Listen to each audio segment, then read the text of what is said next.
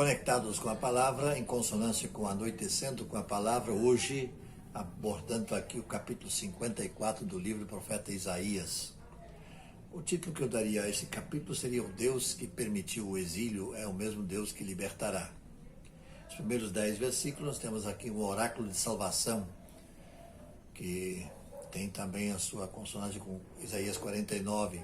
O Senhor promete a Sião que não se esqueceu dela, da cidade de Jerusalém, e que lhe dará muitos descendentes. Os filhos de versículos 1 a 3, Sião é tido como uma mulher estéril, mas que dará à luz a muitos filhos. De 4 a 10, é uma esposa negligenciada que conseguiu estabelecer um pacto de paz eterna.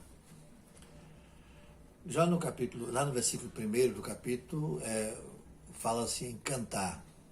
As ordenanças a respeito do canto são muito vastas na Bíblia. E não terá dores de parto, porque Ciro permitirá os exilados retornem sem receber a pressão por parte dos israelitas. Está tratando, portanto, da volta do exílio. A descendência que teve início com a volta do exílio continua até hoje, porque o Novo Testamento se aplica esse mesmo tema a Jerusalém Celestial, a mãe de todos nós, a igreja. A salvação depende da graça soberana de Deus. E assim nós vamos viver esse mundo até quando esse tempo se cumprir. Tem um formato, ele fala aí amplia a tua tenda, né? Salvação. Os árabes no deserto, conhecidos como beduínos, eles vivem tendo as suas tendas confeccionadas com pelos de cabra. E o formato dessas tendas é retangular, uma cortina interior que divide o espaço em dois. Então ele fala que tem que ampliar essa tenda para esse período em que a definitiva morada não chegou, né?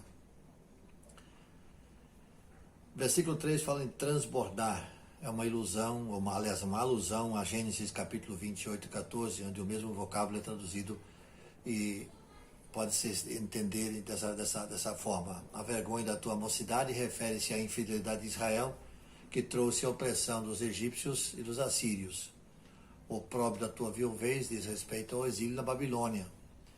A razão desses títulos do Senhor dos Exércitos, Redentor, Deus de toda a terra, é o fato de Deus não haver se esquecido de Sião por necessidade ou fraqueza, tampouco esqueceu de Israel permanentemente. O exílio foi necessário para uma correção.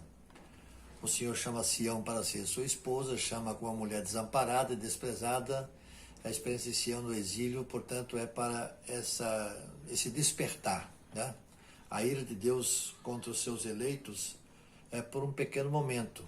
A grande misericórdia fala da afeição de Deus no sentido maternal. Deus cuida do seu povo, cuida de quem lhe pertence. Versículo 8 fala de benignidade, também pode ser traduzido por amor leal. Me compadecerei, ou seja, irei amá-los como apenas uma mãe consegue fazê-lo. 9 e 10, assim como jurou a Noé que as águas não inundariam mais a terra, o Senhor jura a Sião que após o exílio, seu concerto de paz não será anulado. Eu preciso comparar essas declarações com as montanhas, símbolos de força e permanência que foram cobertas com as águas do dilúvio.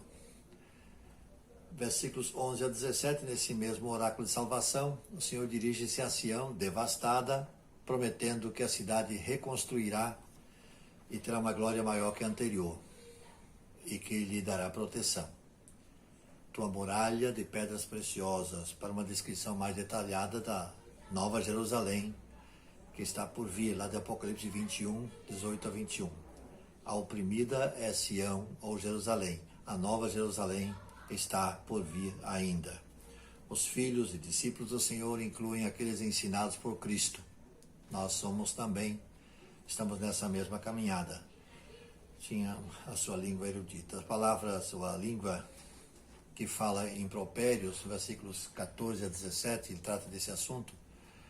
A língua que fala em impropérios é uma arma de guerra, e o Senhor condenará os acusadores de seu povo. Isso nós vemos tanto em Isaías 50, 7 a 9, também em Lucas capítulo 21, versículo 15, e 1 Coríntios 1, versículo 20.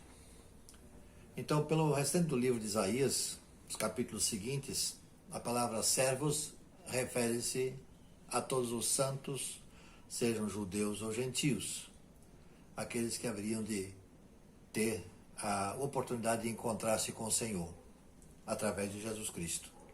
São os filhos espirituais do Senhor, aos quais nós pertencemos também. Portanto, faça uma boa leitura desse capítulo de hoje. Que Deus nos oriente e faça com que, ao lermos capítulo 54 de Isaías, o seu Santo Espírito possa dirigir as nossas vidas e possamos compreender na essência o que Deus tem a nos dizer. Vamos orar? Senhor nosso Deus, muito obrigado por esse momento. Obrigado por essa hora e que a leitura desse texto possa fazer diferença em nossas vidas. Abre, ó Deus, o nosso entendimento. Em nome de Jesus. Amém.